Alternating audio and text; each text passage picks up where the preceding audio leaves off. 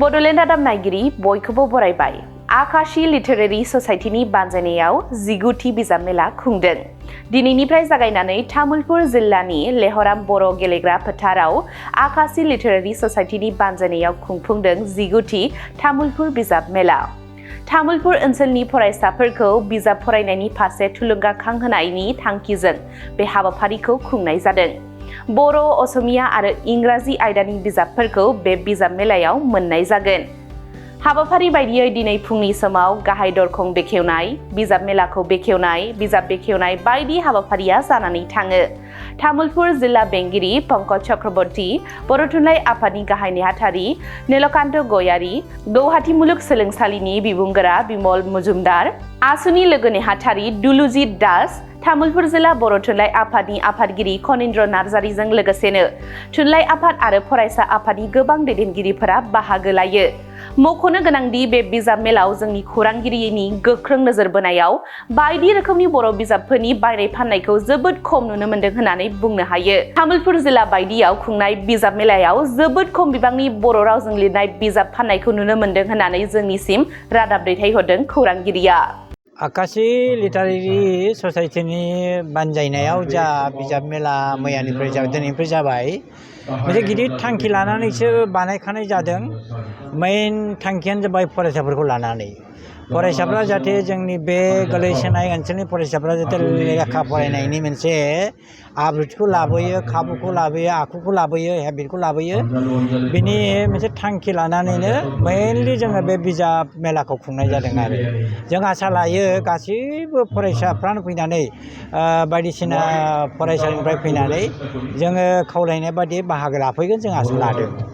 सार जोङो दुखुनि खोथा, जोङो आं मैयानिफ्रायनो माबाखौ जोंनि सम्पादकखौ बुंदों जे बेसो बुंदों मा जोंनि बर' बिजोंनि बर' रावनि स्टला फैनो खुब गोब्राब मोनो, थाखा फैसानि खोथा दं होननानै बिसोरो डिनाय खालामदों। बर'मायावबो चिटि हरदोंमोननो, फैयाखै। थेवबो जोङो रिकुवेस्ट खालामदों मैयानो जे स्टल नङाबाबो जाहाथे असमिया रावनि बिजाबनि जायफोर स्टल फैदों, पाब्लिशिं अर्गेनाइजेसन फैदों, बिसोर जाहाथे लेखाफोरखौ लाबोयो, जाहाथे जोंनि बर' फरायसाफ्रा लेखाखौ बायनो मोनो। मानोबा आं निजेनो फरायसाफ्रा आंखौ सोंदों जे सार जोङो बर' मिडियामनि लेखा बायनो मोनगोन ना मोना? आं बुंदों मोनगोन दे, मानो मोना जानो। नोंसोरो बिजाब जिखुनु असमिया रावनि लेखानि दखानाव थांबानो मोनगोन होननानै बुंदों। आं दिनै नायबायबो, फैदों लेखाखौ बिसोर लाबोदों, हागौमानि लाबोदों आरो लाबोबावनो बुंदों आङो। बिनि बेलायाव जोङो बुङो जे ससियेल मिडियानो बिनि मेइन खोथा होननानै, बेखौ जोङो बारा साननो आं बेक्तिगत बेखौ बुंनो लुबैया। आसलथे जोङो फरायनायनि जि थासारि जोङो सोमजिहोनांगौ आइ आफाफ्रा, गामियाव सुबुंफ्रा, बेखौ जों होनो हायाखै। जोङो सानफ्रामबो जोंनि बर' आइ आफाफ्रा रांनि खिथु खिथु खारगासिनो दङ। गावनि गथ'आ लेखा फरायनांगौ ना मानांगौ बेखौ खुनु जोथोन लाया। बेफोर मेइन थासारि, बेखौ जों बानायनो रोंनांगोन। अब्लानो निस्सय जों आसा लायो उननि जोलैफ्रा बिजाब फरायनायनि जि कालचार बेखौ लाबोगोन आरो। बे बिथिङाव बिसेस बिबान गैया होननानै, बिबान दङ होननानै आं बुंनो लुबैया। खारन फरायनायनि जिथु प्रेक्टिस, आखु, बेखौ जों न'आवनो खालामनांगोन, फरायसालियावनो खालामनांगोन। फरायसालिनि फोरोंगिरिफ्रा बेथिं जोबोद नोजोर होनांगोन।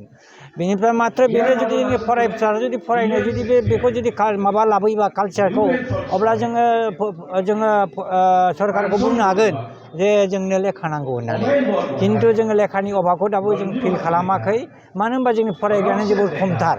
गतिके जोङो बेखिनि जे एनभाइरनमेन्टखौ जों लाबोनांगोन, फरायनायनि एनभाइरनमेन्ट लाबोनांगोन, आरो बिनि उनाव जोङो लेखाखौ मोनखागोन। সমাজ আৰু তামোলপুৰীয়া পঢ়ুৱৈ সমাজক আগত ৰাখি আকাশীয়ে 18টা বছৰ আগতে আৰম্ভ কৰা এটা পৰিকল্পনা তামোলপুৰ গ্ৰন্থমেলা। এই তামোলপুৰ গ্ৰন্থমেলাই এইবেলি 19তম বৰ্ষত ভৰি দিছেহি। আৰু এই 19তম বৰ্ষত তামোলপুৰীয়া পঢ়ুৱৈ সমাজ, তামোলপুৰীয়া ছাত্ৰ সমাজক আগত ৰাখি গ্ৰন্থমেলাৰ কাৰ্যসূচীখনো যুগুতোৱা হৈছে।